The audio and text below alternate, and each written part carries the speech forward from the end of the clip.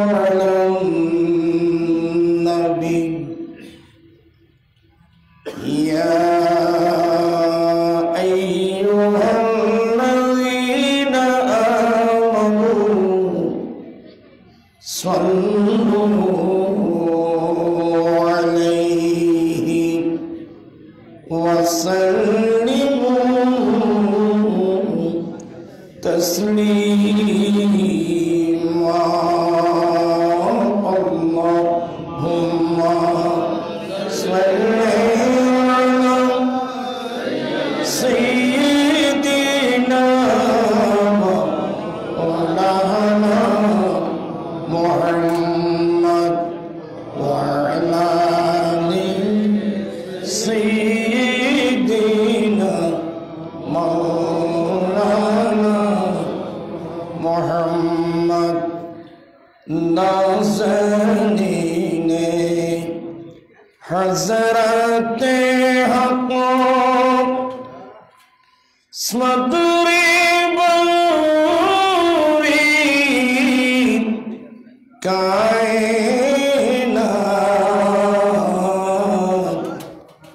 नूरे चश्मे अंबिया मैं चेहरा में मातुई अल्लाहुम्मा सल्ले अला मौलाना मुहम्मद व अला आलि सय्यिदिना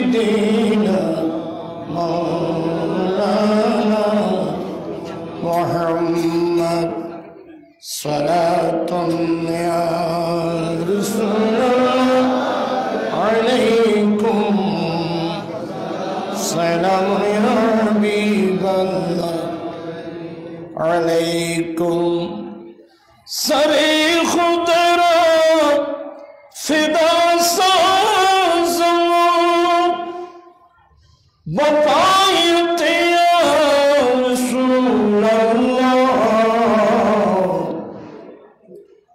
हज़ारा हम चुमन से फिदायत या रसूल अल्लाह सलातुन या रसूल अल्लाह अलैकुम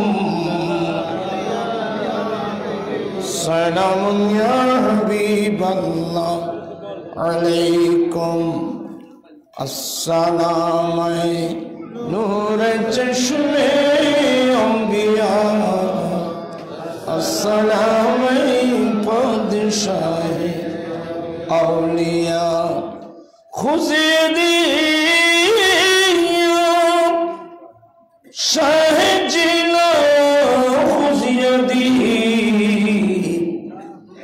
शय्यमिल्ला अंत नूरुल अहमदी अस्सलाम नूर चश्मे अंबिया अस्सलाम पादशाह अऊज़ु बिल्लाहि मिनश शैतानिर रजीम बिस्मिल्लाहिर रहमानिर रहीम इन्ना अक्रमकुम इंदल्लाहि अत्क़ाकुम सदक़ल्लाहु मौलाना अज़ीम व सदक़ रसूलुहुन नबियुल हबीबुल करीम व नहनु अला ज़ालिका लमिनश शाहिदीन वश्शाकिरीन वल्हम्दुलिल्लाहि रब्बिल आलमीन रब्बी सल्ली व सल्लिम व बारिक अलैहि। उपस्थित अध्यकार अंजुमाने मुहिब्बान रसूल গাউসিয়া জিলানী কমিটির ব্যবস্থাপনায় অলিকুল সম্রাট মাহবুবে সুবহানী আশ মিজদানী পীর লাসানী পীর মীর মুহিউদ্দিন হজরত আব্দুল কাদের জিলানী গিলানী রহমতুল্লাহ আলাইহির ফাতিহায়ে ইয়াজদাম উদযাপন উপলক্ষে দরবারে হাশমিয়া আলিয়া প্রাঙ্গণে আয়োজিত মাহফিলের সভাপতি হুজুর কিবলার মেজো সাহেবজাদা মুজাহিদ মিল্লত হযরতুল আল্লামা মুফতি কাজী আবুল ইরফান হাশমি মুদাজিল্লু সজ্জাদা নশীন দরবারে হাশমিয়া আলিয়া এবং অফরাফর হুজুরের সাহাবজাদাগণ তশরিফ এনেছেন আজি গ্রামের জনাব মাওলানা কমরুল হাসান সাহেব মুদাজিল্লু সহ আমি কয়জনের নাম বলবো। হুজুরের মুহিব্বিন মুতাআল্লিকিন অসংখ্য উলামায়ে আহলে সুন্নাত, উপস্থিত বিরাদরানে দ্বীন ও মিল্লত, রহমানি ওয়া রাহমাকুমুল্লাহু তাআলা। মহান রব্বুল আলামিনের দরবারে লাখ কোটি শুকরিয়া যে রব্বুল আলামিন পবিত্র চাঁদে আয়োজিত মাহফিলে যোগদান করে হুজুর কিবলার রুহানি ফয়ুজাত, বিশেষ করে ওলিকুল সম্রাট গৌসে পাকের রুহানি ফয়ুজাত বরকাত হাসিল করার উদ্দেশ্যে নুরানি ইমানি মাহফিলে যোগদান করার তৌফিক দান করেছেন। সে রব্বুল আলামিনের দরবারে লাখ কোটি শুকরিয়া আদায় করছি। সবাই উচ্চ স্বরে বলুন আলহামদুলিল্লাহ। বুড়ো বুড়ো করে ন দেখি আপনাদের শুকরিয়া আদায় করছি যারা মাহফিল এসেছেন, এখনো আসার পথে আছেন, প্রত্যেকের শুকরিয়া আদায় করছি। বিশেষ করে আঞ্জুমানে মুহিব্বান রসুল গাউসিয়া জিলানী কমিটি সদস্যবৃন্দ এবং হুজুরের আওলাদবৃন্দ যাদের অক্লান্ত কষ্ট মেহনত পরিশ্রমে দাদাজান কেবলার আমল থেকে হুজুর কেবলার আমল থেকে যে ধারাবাহিকতা এ দরবারের ধারাবাহিকতা রক্ষা করায় তাদের শুকরিয়া আদায় করছি। রব্বুল আলামিন আমাদের আশা বসা সাহেব দাওয়াতের ইন্তজামকে কবুল করুক, সবাই বলুন আমিন।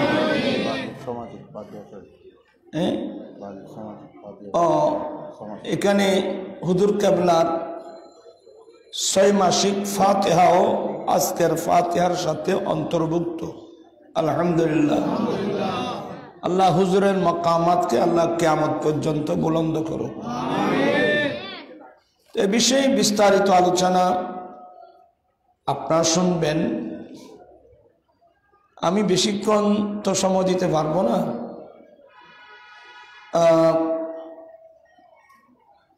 বেশিক্ষণ থাকতে না পারা এটা আমার দুর্ভাগ্য। হুজুর কেবলা মায়া করতেন, মহব্বত করতেন,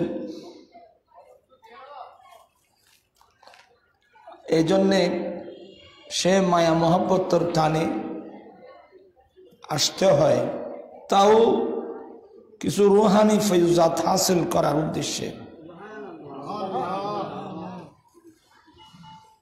এই বিষয়ের উপর ইনশাল্লাহ ধারাবাহিক ওলামা ইকরামরা তশরিফ আনবেন। বিশেষ করে হুজুরের মেজর সাহেবজাদা, ছোট সাহেবজাদা, ওদের জুবানের মাধ্যমে মূল্যবান আপনারা বক্তব্য শুনতে পাবেন। আমরা সবাই জানি আজকের মাহফিলটা গৌসে পাক রাদিয়াল্লাহু তাআলা আনহুর স্মরণে এবং পাশাপাশি হুজুরের স্মরণে। গোটা বাংলাদেশ নয়, শুধু গোটা মুসলিম বিশ্বে যেখানে রবিউল আউয়াল শরীফের মধ্যে ঈদ মিলাদুন নবী সাল্লাল্লাহু আলাইহি ওয়াসাল্লাম উদযাপন করা হয়, পালন করা হয়, প্রত্যেক অধিকাংশ মুসলিম কান্ট্রির মধ্যে রবিউল আখিরের 11 তারিখ অলিকুল সম্রাট গৌসে পাকের স্মরণে ফাতিহায়ে ইয়াজদম উপলক্ষে রাষ্ট্রীয়ভাবে ছুটি পর্যন্ত ঘোষণা করা হয়। আলহামদুলিল্লাহ।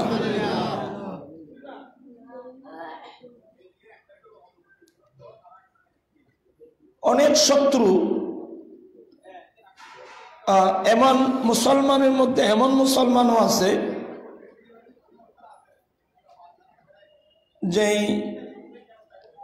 মৌলবী সেজে, নামদারি মৌলবী ফতোয়া দিল আব্দুল কাদেরকে, এই ধরনের ভাষা, আব্দুল কাদেরকে গৌসুল আজম বলা শিরক ভাষা, এই ধরনের।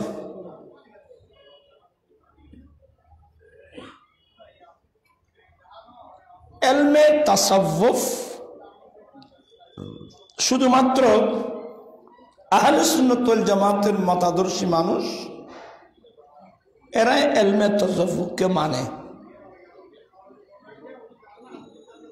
আবার আমাদের দেশে যারা ভিন্ন লাইনের, ওদেরকে কওমি বলা হয়, এরাও ইলমে তাসাউফকে স্বীকার করে, তরিকতকে মানে, যদিও বা মানার মতো মানে না, মানার মধ্যে ত্রুটি আছে, এরপরে এরা ইলমে তাসাউফ স্বীকার করে, মানে। আর এর ছাড়া বাকি যেগুলো আছে ওরা তো ইলমে তাসাউফ বলে একটা সাবজেক্ট, এরা বুঝেও না, পড়েও না, মানেও না। তো ওরা বলুক আর নাই বলুক, মানুক আর নাই মানুক, বাংলাদেশ তথা মুসলিম বিশ্বে আহলে সুন্নাত ওয়াল জামাতের মতাদর্শী মানুষ পৃথিবীর যে প্রান্তে থাকুক না কেন, যেখানে ঈদ মিলাদুন নবী উদযাপিত হয়, ওখানে পালন করা হয় ফাতিহায়ে ইয়াজদম, গৌসে পাকের ফাতিহা। তো এই বিষয়কে সামনে রেখে কুরআন মাজিদ ফুরকানে হামিদ থেকে একটি আয়াতে কারিমা তেলাওয়াত করলাম। মহান রব্বুল আলামিন যদি তৌফিক দান করেন, হুজুর কেবলার রুহানি ফয়েজ হয়, নজর করম হয়, গৌসে পাকের রুহানি ফয়জাতের একটা অংশ যদি পেয়ে থাকি, এই আয়াত প্রসঙ্গে অল্প আলোচনা করে আমি আমার বক্তব্য শেষ করব।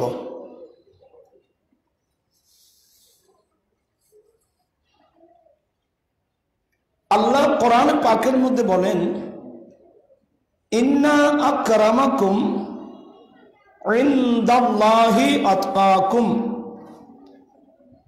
নিশ্চয়ই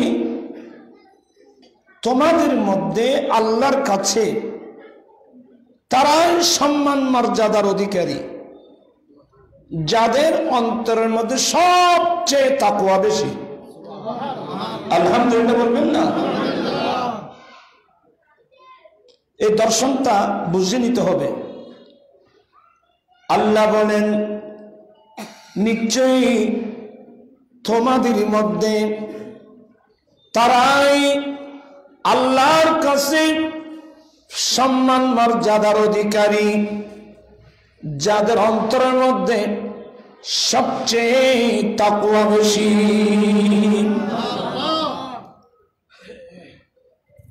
আপনার সবাই আস্তে আস্তে আস্তে কথাগুলো বোঝার চেষ্টা করবেন। যাদের অন্তরে সবচেয়ে তাকওয়া বেশি, আল্লাহর কাছে তাদের মর্যাদা বেশি।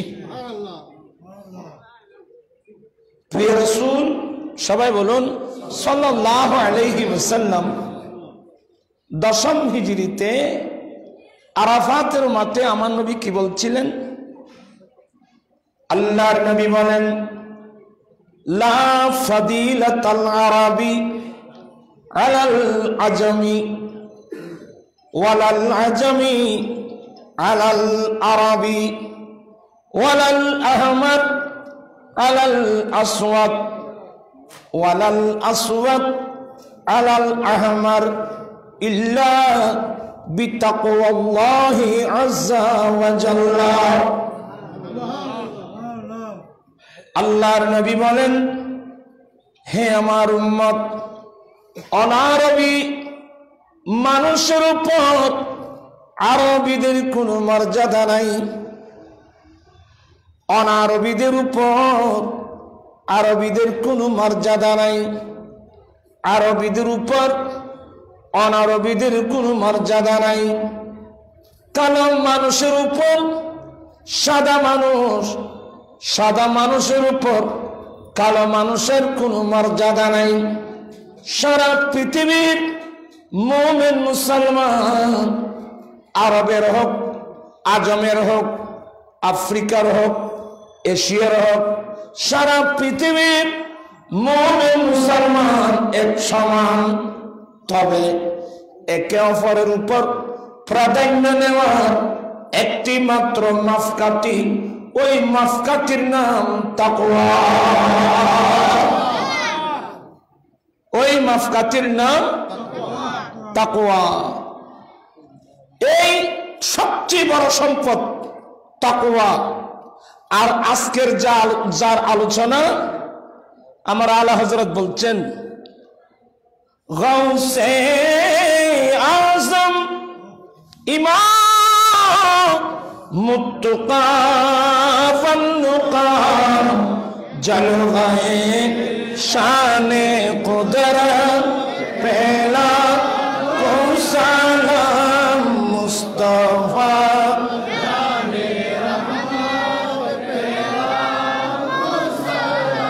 আলা হযরত বলেন, গৌসে আজম महबूब सुबहानी आशमिजदानी पीर लाफानी पीर मीर मुहिउद्दीन আব্দুল কাদের জিলানী গিলানী, ইনি হচ্ছেন মুত্তাকিনদের ইমাম। চিৎকার দিয়ে বলুন সুবহানাল্লাহ। ইনি মুত্তাকিনদের ইমাম।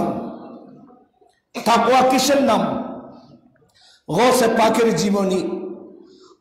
যার ঘরে গৌসে পাক এসেছেন, গৌসে পাকের মা বাবার জীবনী পড়লে তাকওয়া কোন সত্তারের নাম, কোন নিয়ামতের নাম, কোন দৌলতের নাম তাকওয়া, তাদের জীবনের মধ্যে পাওয়া যাবে। আলহামদুলিল্লাহ। আল্লাহর ভয় এতটুকু বুঝবেন তো, তাকওয়া। আপনারা আলেম ওলামাদের জবানে শুনেছেন, গৌসে পাকের আব্বা, ওনার নাম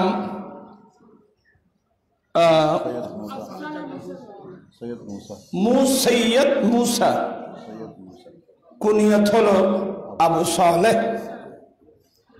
সৈয়দ মুসা আসলে অনেক বড় মজার ব্যাপার। গৌসে পাক রাদিয়াল্লাহু তাআলা আনহু বংশগত দিক দিয়ে হাসানি এবং হুসাইনি, নজিবুত তারফাইন, হাসানি এবং হুসাইনি, এরা রাসূল পাক সাল্লাল্লাহু আলাইহি ওয়াসাল্লামের বংশধর।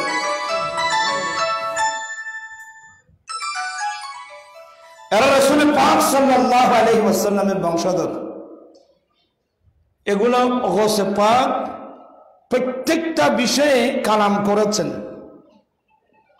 আনাল হাসানি ওয়াল মুখদাম কবি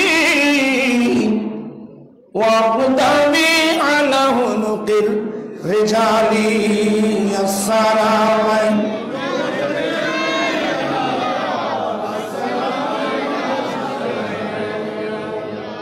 কঠিন আলোচনা। হাসানি এবং হুসাইনি উভয় দিক দিয়ে আমার নবীর বংশধর। ওনার আব্বার নাম সৈয়দ মুসা, কুনিয়ত আবু সালে, উপাধি হলো জঙ্গি দোস্ত। জঙ্গি দোস্ত, জঙ্গি মানে তারা মানুষ মারে ফেলা দিবে না, এ জঙ্গি ন। আমাদের দেশে বোধ উজুরের লকব জঙ্গি ছিল, এবার নাম বলিও না। শেষ পর্যন্ত জঙ্গি নাম কি করে দিছে, কিন্তু গৌসে পাকের আব্বার উপাধি জঙ্গি দোস্ত। জঙ্গি দোস্ত, জঙ্গি মানে জিহাদ, জঙ্গ মানে জিহাদ করা, যুদ্ধ করা। মানুষ মারি ফেলে না, মানুষ মেরে ফেলে। আল্লাহর নবী বলেন আকবরুল জিহাদি জিহাদুল হাওয়া, যুদ্ধের মধ্যে সবচেয়ে বড় যুদ্ধ নিজের নফসের মতো নফসের সাথে যুদ্ধ করা। উচ্চস্বরে বলুন না সুবহানাল্লাহ।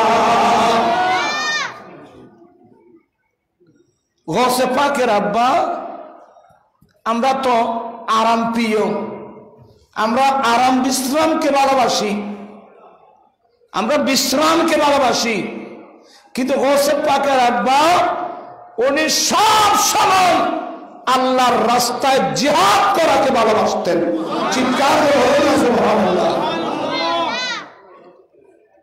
আর জিহাদের মধ্যে বড় যুদ্ধ নফসের সাথে কি করা, যুদ্ধ করা। কারণ কাফেরদের সাথে যুদ্ধ করা সহজ, এরা চোখে দেখা যায়, অস্ত্র দিয়ে আঘাত করা যায়, কিন্তু নফস যে একটা আছে, নফসে আম্মারা, নফস যেটা আছে, এই নফস এ শত্রু চোখে দেখা যায় না, নফস চোখে দেখা যায় না, শয়তানও চোখে দেখা যায় না। আমার আল্লাহ কোরআনে বলছেন ইন্না শাইতানা লাকুম আদুউম মুবিন, শয়তান তোমাদের প্রকাশ্য শত্রু। এই শয়তানও চোখে দেখা যায় না, নফস শয়তানও চোখে দেখা যায় না। ওই শয়তান আর নফসে শয়তান, কোন শয়তানের সাথে রাইফেল বন্দুক দিয়ে তরবারি দিয়ে যুদ্ধ করা যায় না। এই নফসের সাথে যুদ্ধ করা, ইবলিসের সাথে যুদ্ধ করা, এরা কঠিন। আকবরুল জিহাদ, যুদ্ধ করা বড় কঠিন। এই যুদ্ধের মধ্যে কিছু অস্ত্র আছে, এগুলো তো আমরা শিখতে হবে। আমি অনেক লম্বা আলোচনা আছে, ওদিকে যাব না। আমি যে জিনিসটা বোঝাতে চাচ্ছি, গৌসে পাকের আব্বা আবু সালে মুসা জঙ্গি দোস্ত, উনি সবসময়, ওনার বড় উপাধি হলো জঙ্গি দোস্ত। উনি জিহাদকে ভালোবাসতেন, নফসের সাথে যুদ্ধ, বড় শয়তানের সাথে যুদ্ধ, নফসের সাথে যুদ্ধকে উনি বেশি ভালোবাসতেন, সব সময় যুদ্ধ করতেন। এখানে অনেক মাদ্রাসার ছাত্র আছে, তিরমিজি শরীফের একটা রিওয়ায়াত পাবেন, আমার রাসূল একটা দোয়া করতেন, আল্লাহ তুমি আমাকে নূর দান করো, আল্লাহ তুমি আমাকে নূর দান করো, আল্লাহ তুমি আমার ডানে ডানে নূর, বামে নূর, সামনে নূর, পিছনে নূর, মাওলা আমার চোখে নূর, কানে নূর, নাকে নূর। আয় আল্লাহ আমার দাড়ি মুবারক, আমি আমার দাড়ি মুবারক, আমার চুল মুবারক, এক কথায় মাওলা তুমি আমার অঙ্গে প্রত্যঙ্গে নূর দান করো। এটা তিরমিজি রিওয়ায়াত। ফকি নূরা তাতি নূরা, আল্লাহ তুমি আমার উপরে নূর, নিচে নূর, ডানে নূর, বামে নূর, সামনে নূর, পিছনে নূর। আল্লাহ তুমি আমার হাতে নূর, নাকে নূর, জুবানে নূর, দাঁতে নূর, চোখে নূর। আয় আল্লাহ আমার অঙ্গে প্রত্যঙ্গে আল্লাহ তুমি আমাকে নূর দান করো। এই জন্যে রাসূল পাক ইসলাম মুজাসসাম নূর। আবার এখানে অনেক অ্যাক্সিডেন্ট করবে, বলেন নবী যদি আগে নূর হতেন আবার নূরের জন্য দোয়া করলেন কেন? এই ধরনের অনেক প্রশ্ন আসছে, কারণ এই দেশে তো প্রশ্নের কোনো অভাব নেই। তো এটার জন্য উত্তর হবে নবী আগেও নূর, যেমন নবী ইহদিনাস সিরাতাল মুস্তাকিম, আল্লাহ তুমি আমাকে সোজা পথে চালাও। তো তার মানে নবী আগে সোজা পথে ছিলেন না, এটা বলবেন? আল্লাহ নিজে বলছেন যে ইয়াসিন ওয়াল কুরআনিল হাকীম ইন্নাকা লামিনাল মুরসালিন আলা সিরাতিল মুস্তাকিম। আল্লাহ নিজে বলছেন আপনি সিরাতে মুস্তাকিমের উপর আছেন। এরপর আমার রাসূল ইহদিনাস সিরাতাল মুস্তাকিম, তো ইহদিনাস সিরাতাল মুস্তাকিম দোয়া করার কারণে আপনি এটা বুঝবেন না যে নবী আগে হেদায়েতের উপর ছিলেন না, নাউযুবিল্লাহি মিন যালিক। তো এই দোয়াটা করলেন কেন? এই দোয়া করার পিছনে কারণ কি জানেন? খুব মনোযোগ আমার ভাইয়েরা। ইবলিস, ওই ইবলিস আর কি, মিস্টার ইবলিস, ইবলিস আল্লাহর নির্দেশ অমান্য করার কারণে আল্লাহ যখন ইবলিসকে জান্নাত থেকে ফেলে দিল,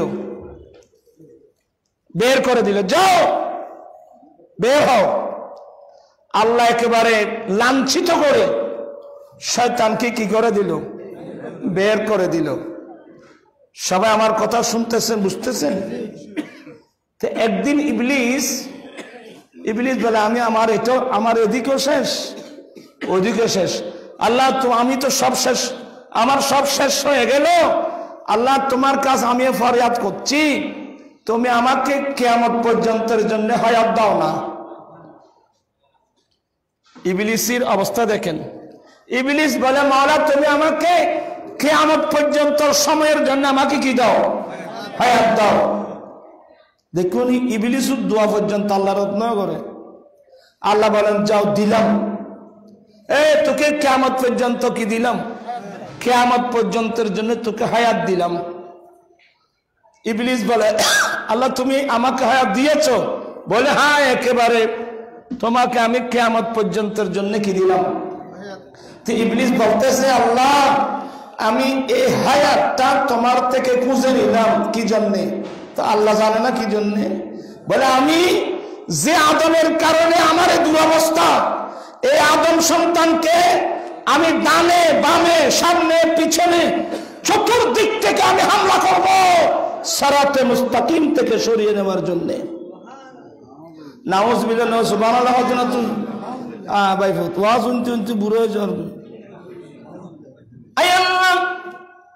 আমি ইবলিস এই আদম সন্তানকে একবার দেখিয়ে ছাড়ব, আমি তার ডানে বামে সামনে পিছনে চতুর্দিক থেকে হামলা করব।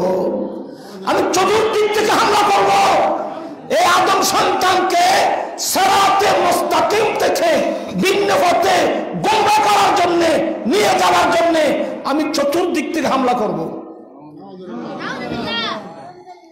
খবর আছে নি আমাদেরকে ইবলিসে চতুর্দিক থেকে হামলা করতেছে, এই খবর আমাদের কয়জনের আছে?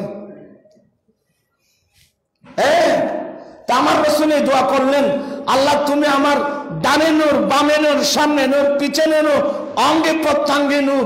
এই দোয়াটা করে উম্মতদেরকে তালিম দিয়েছেন, উম্মতদেরকে শিক্ষা দিয়েছেন, উম্মত তোমরা এই দোয়াটাই করবা।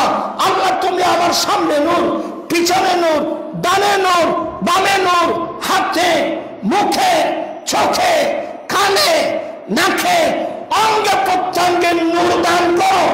এটার আরেকটা উদ্দেশ্য হলো ইবলিস শয়তান যেদিক থেকে আসুক, যখন আল্লাহ নূর দান করবে ইবলিস ধরা পড়ে যাবে, আমাকে আর মিসগাইড করতে পারবে না। চিৎকার দিয়ে বলুন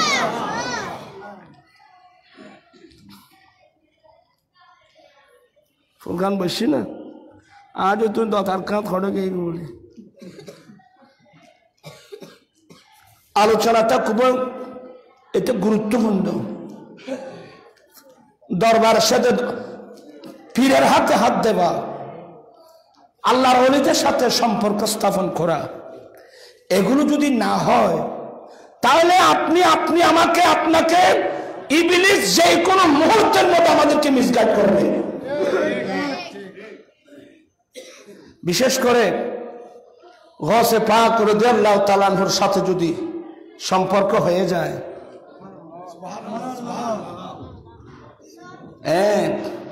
কথা তো লম্বা, গুলো তো অনেক সময় লাগবে, আমার তো সময় নাই। আমার আলা হযরত বলেন क्या दबे जिस पे हिमा यत्काहु पंजा तेरा, क्या दबे जिस पे हिमा यत्काहु पंजा तेरा, शेर को खतर में लाता नहीं कुत्ता तेरा, अस्सलाम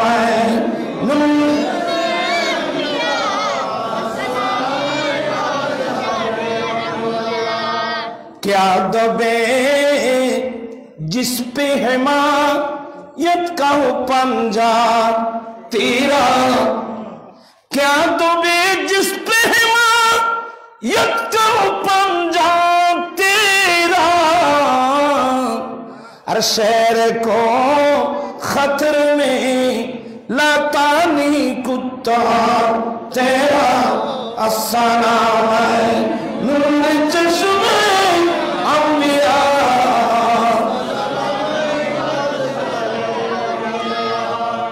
আইসান সে বাগদাদ যে মানুষের মাথার উপর আপনি গৌসে পাকের হেমায়তের হাত থাকবে, পাঞ্জামানি হাত হাত, যে যার মাথার উপর, যার উপর আইসান সে বাগদাদ, যার উপর আপনার হেমায়তের হাত, হেমায়ত মানে তরফদারি, পক্ষপাতিত্ব, আপনার দয়ার নজর, আপনার যার মাথার উপর আপনার দয়ার হাত থাকবে, কে দেবে, কে দেবে? পৃথিবীর কোন শক্তি তার কোনো ক্ষতি সাধন করতে পারবে না, তাকে দমিয়ে রাখতে পারবে না, তাকে কিছুই করতে পারবে না, তার কিছু করতে পারবে না, নোকসান করতে পারবে না, ক্ষতি করতে পারবে না। যত বড় শক্তিশালী আসুক, যত বড় শক্তি হোক, আপনার কিছু করতে পারবে না। আপনাকে কেউ কে দেবে? তারা কি দমায় রাখবে, কি ক্ষতি করবে, কি বিগড়েবে? কিছুই করতে পারবে না। যার মাথার উপর কি থাকবে? কথা বলছেন এখন, যার মাথার উপর গৌসে পাকের হাত মুবারক থাকবে, ছায়া থাকবে। ওই কিছুক্ষণ আগে জায়ের শের পড়লো না, खुदा के फजल से हम पर है साया गौसे आज़म, हमें दूनों जहां में है सहारा गौसे आज़म, अस्सलाम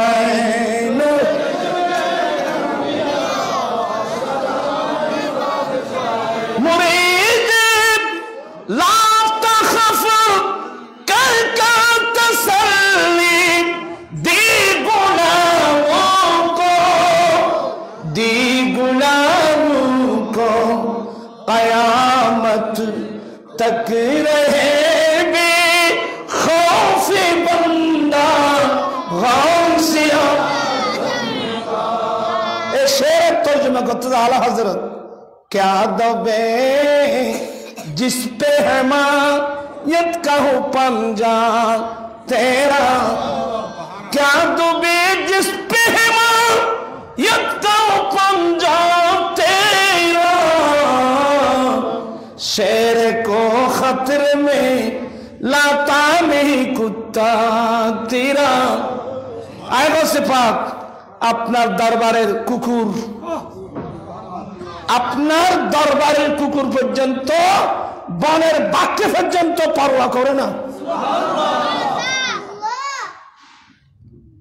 অতএব আমরা হুজুর কেবলার মাধ্যমে যেন আমরা গৌসে জিলানীর সাথে যদি সম্পর্ক স্থাপন করতে পারি কোন শয়তান নফস শয়তান ইবলিস শয়তান আবার শয়তানের মধ্যে মানুষ শয়তানও আছে না খান্নাস আল্লাযী ইওয়াসবিসু ফি সুদুরিন নাস মিনাল জিন্নাতি খান্নাস মানুষের মধ্যেও আছে যারা ফিস ফিস ফিস ফিস ফিস ফিস করে মানুষের মধ্যে ওয়াসওয়াসা ঢালে হ্যাঁ খান্নাস যত ধরনের হোক না কেন যত ধরনের ইবলিস খান্নাস নফস শয়তান যে শয়তান কোন শয়তানে আপনার আমার কিছু ক্ষতি সাধন করতে পারবে না যার উপর গৌসে পাকের কি থাকবে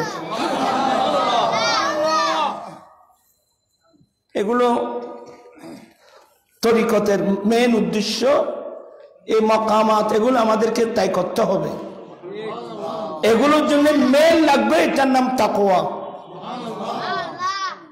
কি লাগবে তাকওয়া আমি কথা এইভাবে গেলে আমার অনেক দেরি হয়ে যাবে আমাদের উদ্দেশ্যটা কি আমি বুঝাতে চাচ্ছি আল্লাহর কাছে তারাই সম্মান মর্যাদার অধিকারী যাদের অন্তরের মধ্যে সবচেয়ে তাকওয়া বেশি অতএব আমাদেরকে মুত্তাকি হতেই হবে তাকওয়া আমাদেরকে অর্জন করতেই হবে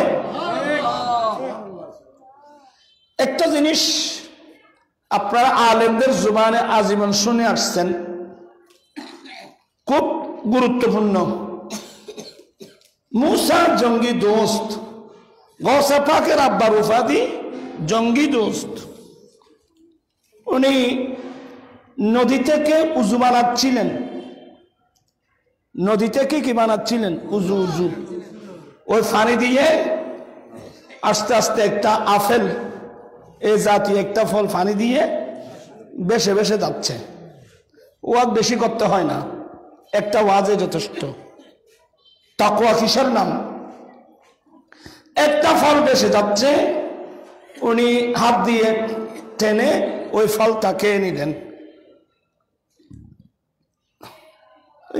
খাওয়ার পরে চিন্তা করলেন দে সমুদ্রের মধ্যে তো এই ফল পাওয়া যায় না সমুদ্রের মধ্যে তো মাছে পাওয়া যায় নিশ্চয় এটা কোনো মানুষের বাগানের কি হবে ফল হবে দেখেন হ্যাঁ আমি কোন মানুষের বাগানের ফল খেলাম আমি তো তার থেকে পারমিশন নি নেই অথচ এই ধরনের ফল খেলে এটা দোষী হওয়ার কোনো কারণ নেই তাকওয়া ফতোয়া এক জিনিস তাকওয়া আরেক জিনিস এই একটা ওয়াজ আমল করতে পারলে জীবন সার্থক হবে আমরা যে যুগে আসলাম এই যুগে তো হালাল হারাম কোনো পার্থক্য নাই কোনটা হালাল কোনটা হারাম এটা পার্থক্য করার ক্যাপাসিটি পর্যন্ত আমাদের মধ্যে নাই কার সম্পদ খেয়ে ফেলতেছে কার সম্পদ খেয়ে নিচ্ছে কার হক খেয়ে নিচ্ছে এগুলো থেকে গৌসে পাকের জীবনী থেকে এই আদর্শগুলো শিক্ষা নেওয়া দরকার হক বান্দার হক আল্লাহ কোনোদিন কি করবে না মাফ করবে না এখন তো আমরা যে যুগে আসলাম কার পয়সা কার হক কে খায় কোনো পাত্তা পর্যন্ত নেই গৌসে পাকের আম্মা গৌসে পাকের বয়স যখন 17 বছর কথা তো অনেক এই গিলান সহ ফারস্যে ইরান আছে না ইরানের একটা প্রদেশ ফারস্যে গিলান ওকে আরবির মধ্যে জিলান বলে যেহেতু আরবির মধ্যে গাফ নাই জিম আছে এর জন্য ফার্সি উর্দুর মধ্যে গা বাঁধলেও এটা আরবির মধ্যে কি হয় জিম দিয়ে জিলান বলা হয় এক বৃদ্ধ লোক হাল চালাচ্ছে আলসাও জেরিওয়া গসে পাকের বয়স প্রায় 17 বছর। ওনার অন্তর আসলো আমি একটু দেখি ওই যে লোকটা হাল চালাচ্ছে উনি বোধহয় কোথায় রেস্ট নিচ্ছে, দেখি আমি একটু সুযোগে হাল চালাই। এবার কোনোদিন হাল চই না, আগামীতে তো হাল চল মানুষ পাইতো না, কারণ এখন গরুর খান্দন আল্লাহ দোয়া গরুর দোয়া কবুল করে বলি আল চল গিয়ে ঠেকটার আই গিয়ে ওরে গরুর তোমার যে মারা মারজু আল চই বললাই। যাই হোক, কথা বললে দেরি যাবে। বলতে চাচ্ছিলাম বলে আমি একটু হাল চালাবো। নুজহাতুল খাতিরিল ফাতের ফি মানাকিব শেখ আব্দুল কাদের এই কিতাবের মধ্যে নকল করছেন আমার ভাই মেজো হুজুরে মেজো সাহেবজাদা মুজাহিদে মিল্লাত আলহাজ মাওলানা মুদাসসির হাশিমি তশরিফ এনেছেন সাহেবুল মারহাবা আদি নমিকে দদ নওয়াজিল মোল্লা। যাই হোক, কি বলতে চাচ্ছিলাম মনে আছে, উনি গিয়ে ওই নাঙ্গল আছে না, নাঙ্গল ধরলেন। হোসে পাক বলেন আমি যখন ওই নাঙ্গলের কুটি ধরলাম, গরু দুটা মোসর দিয়ে আমাকে সামনে দাঁড়িয়ে গেল। গরু দুটা নাঙ্গল টাঙ্গল মুসর দিয়ে ফিরে গোসে পাকের সামনে নিয়ে দাঁড়ালেন। তখন তো উনি যে গোসে পাক এটা তো কি হয় নাই, দাঁড়ালেন। দাঁড়িয়ে ওই গরুর জুবান থেকে আরবি ভাষা বের হচ্ছে। দেখেন অবস্থাটা, মা লিহাজা খুলিকতা ওয়ালা বিহাজা উমিরতা। হুজুর আপনাকে এই কাজের জন্য বানানো হয় নাই, আপনাকে এই কাজের নির্দেশ দেওয়া হয় নাই। গরু যখন তো গরু হুজুর চিনে, আজকাল তো গোসল আজম একটা দুইটা না, হ্যাঁ। যাই হোক, আল্লাহ হেদায়েত নসিব করুক। ভিন্ন ভাষায় এসে যায় আর কি, কন্ট্রোল করে ফেলি আর কি, আল্লাহ হেফাজত করুক। গরুর জুবান থেকে বেরিয়ে গেল আপনাকে এই কাজের নির্দেশ দেওয়া হয় নাই, আপনাকে এই কাজের জন্য বানানো হয় নাই। আমার হোসে পাক বলেন গরু যখন আমার সাথে এই ভাষায় কথা বলল, আমি ভয় পেয়ে গেলাম। আমি ভয় পেয়ে এমন দৌড় দিলাম, দৌড়ে গিয়ে আমি আমার ঘরের ছাদের উপর দাঁড়িয়ে গেলাম। তখন বলছে পাকের বয়স কত, 17 বছর। আমি আমার ঘরের ছাদের উপর দাঁড়ালাম। মাস ছিল জিলহজ মাস, দিন ছিল 9 তারিখ।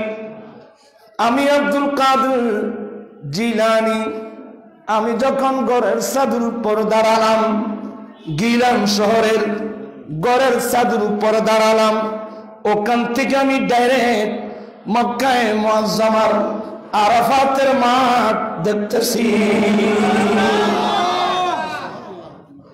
আমি আরাফাতের মাঠ দেখতেছি, হাজার হাজার মানুষ, সবার পরনে এহরামের কাফন, একটা সিলাইবিহীন কাফর পরনে, আরেকটা সিলাইবিহীন কাফর গায়ে, মাথায় কারো টুপি না, সবার মুখে একটা শব্দ লব্বাইক আল্লাহুম্মা লব্বাইক লব্বাইক লা শারীকা লাক লব্বাইক ইন্নাল হামদা ওয়ান নি'মাতা লাক ওয়াল মুলক লা শারীকা লাক লব্বাইক।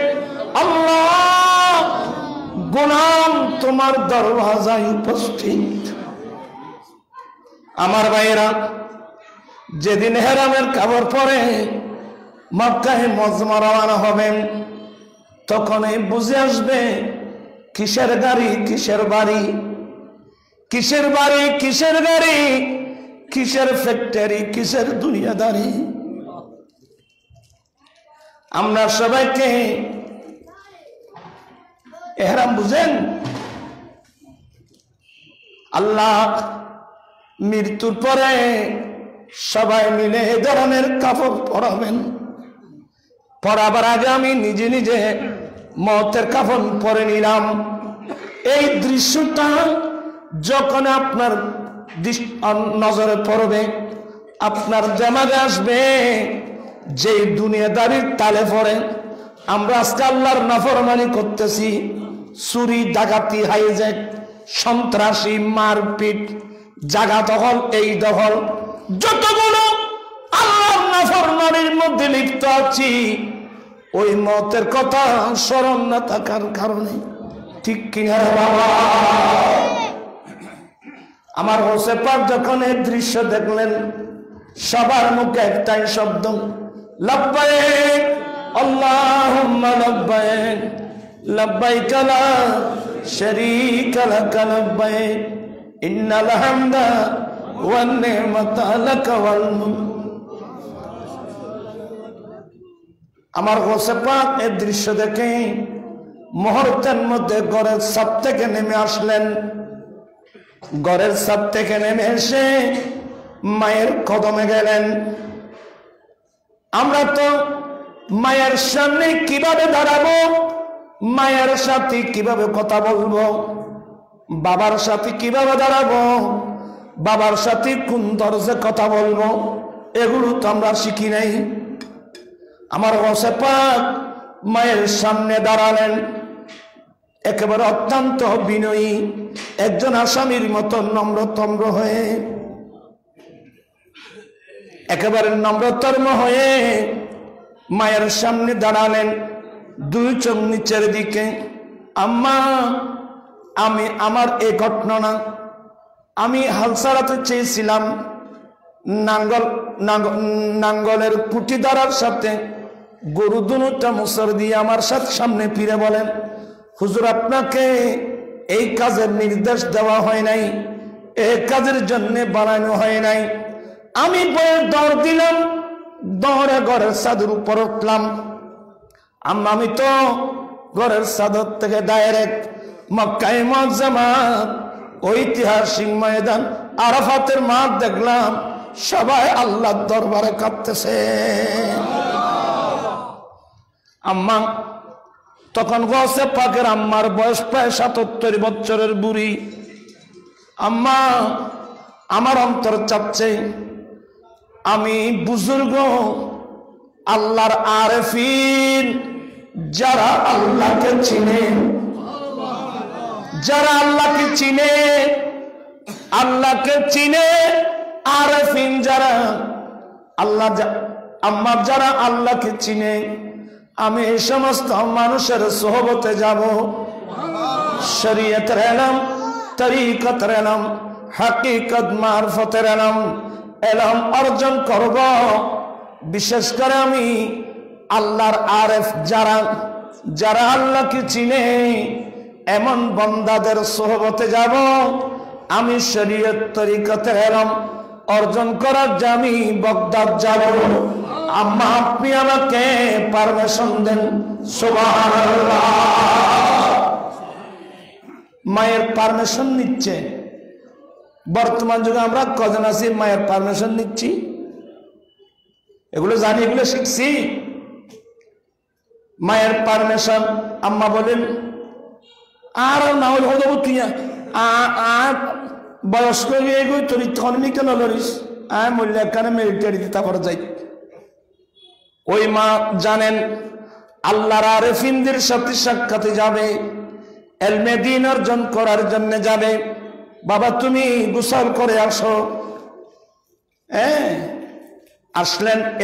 এই সময়ে ছেলে যে জুব্বা, যে কুর্তা গায়ে দেবে, বগলের নিচে একটা, তখন মানুষের এটা বগল যে বলতো, ওখানে কি করলেন, নিজের ছেলেকে ডেকে এনে বলে, বাবা তোমার আব্বা ইন্তেকালের পরে তোমার আব্বার রেখে যাওয়া যে সম্পদগুলো বন্টন করে তোমার বাগে 40টা দিনার দিরহাম তোমার বাগে পড়েছে। তুমি নাবালক থাকার কারণে আমি তোমার বাগটা আমি এতদিন যাব আমানত রেখেছি। ছেলের হক মা খাই নাই, আমানত রেখেছে। তো ওই বংশে গোসল আজম না আসে, কোন বংশে গোসল আজম আসবে? আল্লাহু আকবার।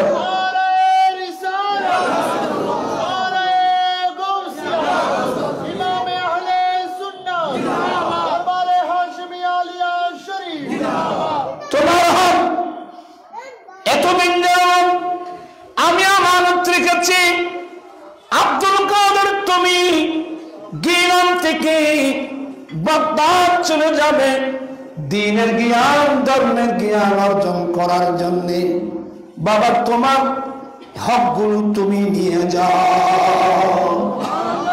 তোমার হক তুমি নিয়ে যাও, তোমার খরচার জন্য এগুলো লাগবে। এক।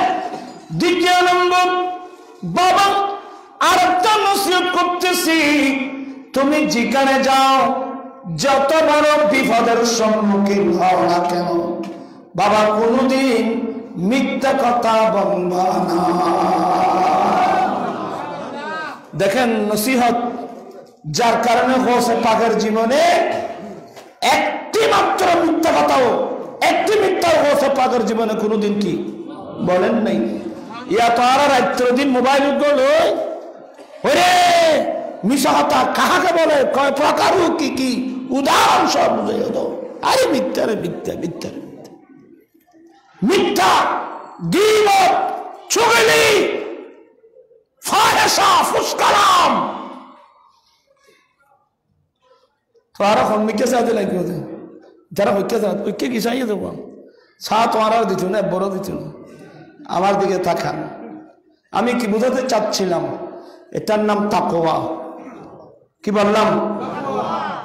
এই তাকওয়া সম্পদটা, এই সম্পদটা যদি আমরা অর্জন করতে পারি আমাদের দুনিয়া আখিরাতের মধ্যে আমরা কামিয়াব হব।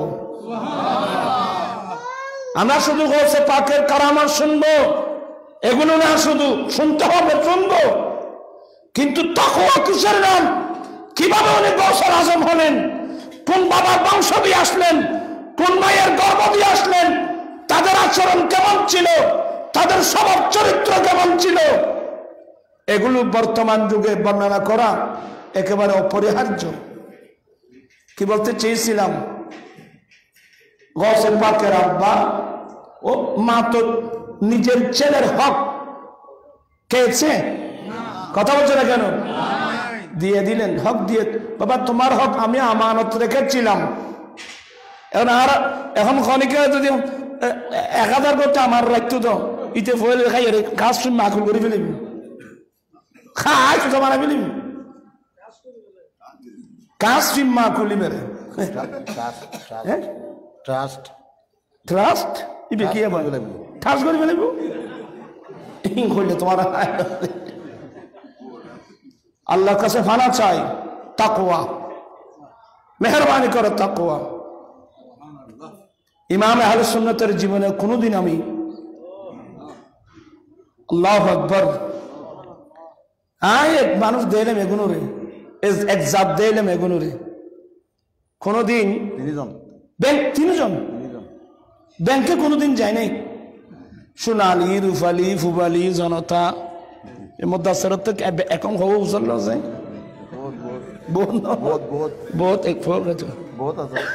এ তিনে ভাই কোনোদিন ব্যাংক ট্যাঙ্ক এরা চিনে না, ব্যাংকে যায় নাই, টাকা জমা করে নাই, এনে বাদ দেওয়া না। এ তিনি ভাইয়ের জীবনত আপনার মুহিবিন কলে জাহাদি তোবাদি 1 ঘন্টা জমিন লইতে পারে। এ তিনি ভাই একটা ভাইও 1 ঘন্টা জমিন কিনেছেন কেউ বলতে পারবেন?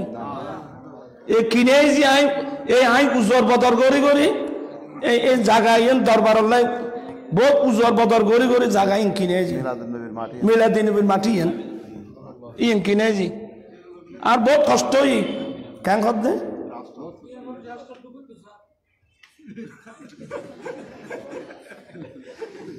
না বহুত কষ্ট করি করি মাহফিলি শিক্ষারা বুঝে বুঝে উজুর হই হই মাটি এনা দিয়ে মিলাদুন নবীর মাঠ পাইও দেয় এরা দুনিয়ার সাথে এদের কোনো কিছু ছিল না সম্পর্ক ছিল না আল্লাহু আকবার তাই এদের সান্নিধ্যে থেকে আমরা কি শিখলাম তাকওয়া যতটুকু সম্ভব আর থেকে পারিনি কিন্তু যতটুকু সম্ভব আমরা তাকওয়া অর্জন করব আল্লাহর ভয় আজে বাজে কাজ করে আমার লাভটা কি ভাবিয়া করিও কাজ করিয়া ভাবিও না ওমাই ইয়ামাল মিসকাল যাররাতিন খায়রান ইয়ারা ওমাই ইয়ামাল মিসকাল যাররাতিন শাররান ইয়ারা আল্লাহ পাক এই মাহফিলকে কবুল করো আমিন গৌসে পাকের কথা আমার ভাই বলবেন আবু সালেহ মুসা জঙ্গি দোস্ত রহমতুল্লাহ আলাইহি একটা আপেল খাওয়ার পর সিদ্ধান্ত হ্যারে আমি কোন মানুষের বাগানের ফল খেলাম এ ফানি উপর দিক থেকে আসতেছে আমি নদীর পার উপরে গেলে নিশ্চয় বাগান পাবো যতক্ষণ বাগান পাবো না বাগানের মালিক উদ্ঘাটন করব না মাপ নিব না ততক্ষণ আমি যেটাই থাকবো এগুলোর নাম কি এগুলোর নাম তাকওয়া অনেক দূরে যাওয়ার পর সংবাদ একটা বাগান বোধ হয় এটা এই বাগানের ফল হতে পারে সংবাদ নিয়ে পারমিশন নিয়ে বাগানে ঢুকলেন বাগানের মালিক আছে ওই বাগানের মালিকও সৈয়দজাদা আমার নবীর বংশধর হযরতে সাইয়েদনা আব্দুল্লাহ সামাই রাদিয়াল্লাহু তাআলা আনহু গিয়ে সালাম দিলেন একেবারে বৃদ্ধ লোক নুরানি সুরতের মানুষ বাগানে বসে বসে আল্লাহর তাসবিহ পড়তেছে সালাম দিলেন জবাব দেওয়ার পরে ডিটেইলস জানলেন জানার পরে আপনি কি জন্য আসছেন হুজুর এটা আপনার বাগান বলে আলহামদুলিল্লাহ আল্লাহর দয়ার মেহেরবানিতে বাগান আমি পেয়েছি হুজুর আমি অনেক দূরে একটা সমুদ্র নদীতে আমি উযু করার সময় একটা আপেল ভেসে গিয়েছিল আমি ফলটা খাওয়ার পর চিন্তা করলাম যে সমুদ্রে তো আপেল পাওয়া যায় না নিশ্চয় কোনো মানুষের বাগানের ফল হবে হুজুর অনেক কষ্ট করে এই বাগান উদ্ঘাটন করার জন্য মালিক উদ্ঘাটন করে ওই আপেলের মূল্য দেওয়ার জন্য আমি অনেক কষ্ট করে আসলাম হুজুর নিশ্চয়ই আপনার বাগানের ফল হবে আমি এটার মূল্য দেওয়ার জন্য আমি তো পারমিশন ছাড়া খেয়ে ফেলছি বুঝছে হয় যে বাদুত ফাজিবের আশায় ভোরে ফয়তে বেখে আসছি ফল না এই বাগানের কত ফল সমুদ্রে গেল কত মানুষ খেয়েছে কোনোদিন তো কেউ মাফ নেওয়ার জন্য আসে নাই এই ফোয়াইবের ভিতর কি আছে এই এনের সম্পদ মূল সম্পত্তি তাকওয়া আচ্ছা পরীক্ষা আরো বুঝুন তুমি আমার বাগানে ফল খাইছ মূল্য দেওয়ার জন্য আসছো আমি কি ফল বিক্রি করি বলে চাচা মুরব্বী মানুষ দেখলো পরিচয় কি বলবেন এটা একটা সুন্নত চাচা তাহলে আপনি একটু মাফ করে দেন বলে এত তাড়াতাড়ি মাফ করবো না আচ্ছা আর যদি লেখনি কেউ আর খামোখাই গেল এই লেখনি কেউ যদি কেউ হইতো কেউ যদি খামোখা বলতো ইবে হয়তো বাদুত ইতে আদানা মানুষের হওয়া না আইলাম তো কষ্ট করি আচ্ছা চাই কেউ ইতারা তো আল্লাহ তাকওয়া আছে আর তাহলে ফড়র মুখ একখান আছে জেললে মনে হইলে হয়ে ফেলাই ভাবিয়া করিও খাস করিয়া ভাবিও না এগুলো রেকর্ড হচ্ছে অনেক সতর্ক আল্লাহর ওলিদের সোহবতে যেতে হয় কন্ট্রোলিং পাওয়ার নিজেকে কন্ট্রোল জবান চক্ষু দিমাগ বিবেক বুদ্ধি যুক্তি আকল হস সবকিছু নিয়ন্ত্রণ এনে মুস্তাফার শরীয়তের এরিয়ার মধ্যে বন্দী করার জন্য এখন তো মুখে কান আছে এনে ফরওয়ার করে ছাড়ি দিই একদিন এটার জন্য লজ্জিত হতে হবে। চোখ মুখ কান সবকিছু বন্ধ, লব্বে বন্ধ, হুশে বন্ধ, এর লেগে আছে তো না, অত্যন্ত সতর্ক। জোয়ানিয়া বলে তুমি আমার ফল খেয়েছো, আমার থেকে মাপ পেতে চাও, বহুদিন তোমাকে বাগানে খেদমত করতে হবে। আর ওই লোক উগ্র ফল খায় যে খুব হয়েছে কি বল, বহুত দিন বাগানে খেদমত করেন করিব। আর ইনি বলছেন চাচা আমি খেদমত করব, তারপরেও মাপ নিয়ে ছাড়বো। খেদমত করলেন, বাবা এবার মাফ করে, চাচা মাফ করে দেন। বলে না কাজ আরেকটা আছে। বলে এটা কি? বলে আমার ঘরে একটা মেয়ে আছে, কালো, অন্ধ, এই ধরনের একটা মেয়ে আছে, এটাকে বিয়ে করতে হবে। দেখো নি চাষা, আচ্ছা এলে মেয়ে বিয়ে করতে হইলে ফলে তো আমি করতেন না, আদা খানা বড়া। বলে এটা বিয়ে না করলে মাফ করবেন না? বলে না। বলে যদি এ ধরনের মেয়ে বিয়ে করতে করবো তারপরও মাম নিয়ে ছাড়বো। এটার নাম হলো তাকওয়া। এই সম্পদটা অর্জন করতে পারেন কিনা দেখেন, আমাদের জীবন হবে সার্থক। এই সম্পদটা, এই জিনিসটা, বিয়ে হয়ে গেল, বলে বাবা এ ঘরে যাও, এ ঘরে যে মেয়েটা আছে এটা তোমার স্ত্রী। এই দেখেন ওখানে কি পরীক্ষা। আবু সালেহ মুসা জঙ্গিদুস নিজের স্ত্রীর রুমে ঢুকতে সালাম দিয়ে ঢুকতেছেন, আসসালামু আলাইকুম। এনে হজ জানা বউর রুমে ঢুকতে আসসালামু আলাইকুম সালাম দিয়ে ঢুকু যখন আছো বাড়ির তারা হবে হজ মুস আছে না। মুসলমানের প্রত্যেকটা কাজ মুসের। সালাম দিয়ে ঢুকতেই, ভিতরের চোখের দৃষ্টি দিতেই ইন্না লিল্লাহ পরে বের হয়ে গেলেন।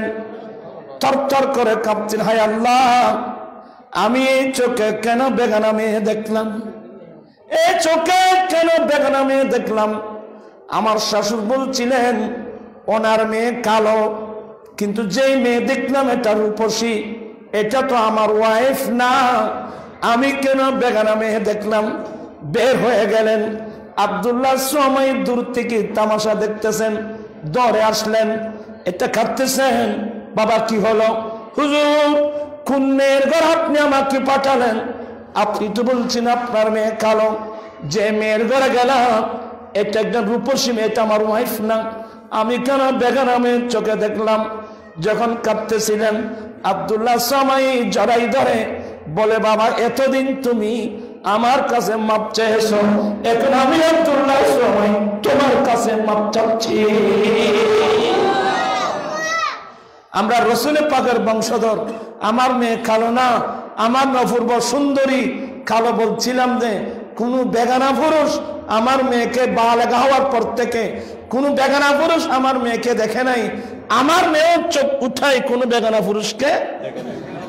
এখন তো হারলে যাবে ফাত্তর্য নেই। এটার নাম তাকওয়া। ওই ঘরে আসছেন গৌস পাক রাদিয়াল্লাহু তাআলা আনহু। ওনার জাতটা বড় আশ্চর্যজনক। গৌস পাক হচ্ছেন আমার নবীর বড় মুজিজা, মুসলমানের অহংকার, ইসলামের অহংকার গৌস ভক্তা। এই বিষয়ে আজীবন হুজুর দাদা জানেন আমল থেকে আজীবন গৌস পাকের আলোচনা করে আসছেন। হুজুর কেবলার আমলেও ছিলেন, এখনো এদার আল্লাহর কাছে দোয়া করব কিয়ামত পর্যন্ত এই দরবারের জন্য এই সিলসিলা যেন জারি থাকে।